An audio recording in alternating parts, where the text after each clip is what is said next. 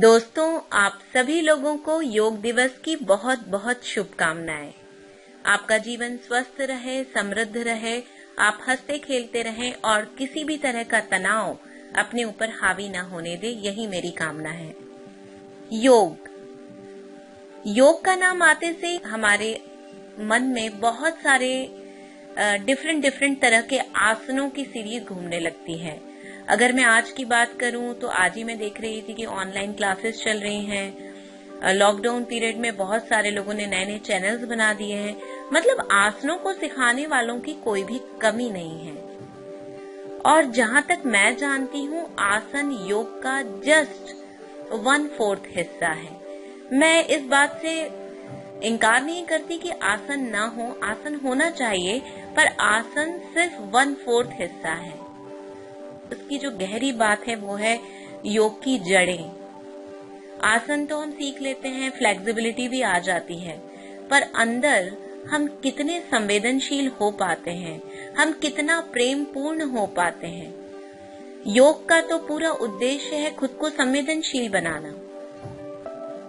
सिर्फ शारीरिक फ्लेक्सिबिलिटी आने से कोई योगी नहीं हो जाता। तो आज मैं आपको योगासन के बारे में कोई बात नहीं करूंगी कि मैं आपको आसन बताऊंगी। मैं जस्ट आपको ये बताऊंगी कि इसको समझने की कोशिश करिए कि आसन सिखाने वाले आपको बहुत मिल जाएंगे, पर लाइफस्टाइल बताना, कैसे जीना चाहिए अगर वो आपको आ जाता है, किसी भी तरह का स्ट्रेस अगर आप अपने सिर पे नहीं लेते हैं तो आप वाकई में योगी हैं। आप इतना बैलेंस कर पाते हैं तो आप योगी हैं। बाकी जो बातें आती हैं वो थोड़ी सेकेंडरी हैं। तो योग दिखावा नहीं है, योग जिम्नास्ट नहीं है। योग बात है रूट की, जड़ की। आप शरीर को जबरदस्ती आसन सिखा सकते हो, फ्लेक्सिबिलिटी भी बढ़ा सकते हो, पर अपने अंदर को कैसे बदलोगे, कैसे आप प्रेमपूर्ण बनोगे, इस पर काम होना चाहिए। फूल पत्ती को सजाना योग नहीं है। मतलब जितना ऊंचा वृक्ष उतनी गहरी जड़ें होनी चाहिए हमारी। आप सभी को योग दिवस की बहुत बहुत शुभकामनाएं। और मैं आपको कुछ टिप्स जो मेरे अनुभव के आधार पर है वो मैं बताना चाहती हूँ। खुद को क्लीन करने के लिए योग आसन बहुत लोग बताते हैं। आज मैं आपको बताने वाली हूँ बहुत छोटे छोटे से टिप्स। शायद आप करते हो, और अगर आप नहीं करते तो उसको जरूर करिए। सबसे पहले तो खूब हंसिए, पर नाभि से, कभी खुद पर, कभी आईने में देखकर, दूसरों पर नहीं। कुछ आड़े टेढ़े मुंह बनाकर अपने अंदर के जानवर को बाहर निकालिए, आईने में देखकर या वैसे ही। कभी कभी पिलो ले लीजिए, बंद कमरे में उसे इतना तेजी से मारिए कि जिस पर भी आपका गुस्सा है वो पूरा पिलो में चला जाए। कभी अपनी घर की छत पर लेट जाइए, मैट पर, पलंग पर, और देखिए आसमान को बिना पलक झपकाए। देखना कितना मजा आता है, कितना खाली हो जाता है हमारा मन।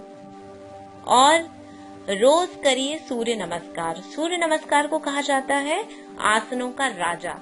अगर आप इसको कर लेते हैं, इसके 12 स्टेप कर लेते हैं, तो आप अगर कोई आसन नहीं करते तो भी चलता है। एक और इम्पोर्टेंट बात, सांस लीजिए, पर सांस लेने से ज्यादा छोड़ने पर ध्यान दीजिए।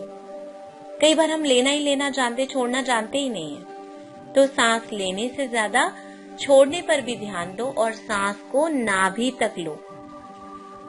लंबी गहरी सांस ली, नाभि तक गई, पेट को फुलाया, सांस बाहर, पेट अंदर।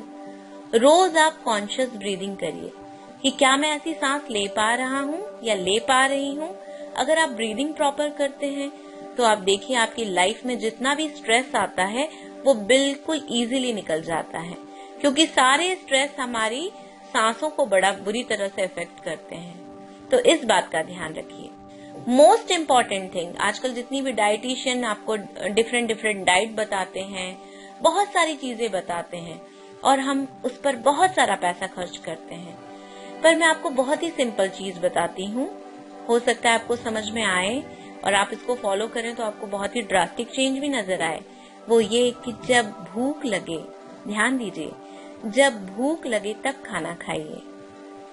हम लोग हमेशा मैंने देखा है कि हम लोग फॉल्स हमारी हंगर रहती है, हमें आदत हो जाती है ना खाने की कि अब ये टाइम हो गया, 9 बज गया नाश्ता, 1 बज गया लंच, 8 बजे डिनर।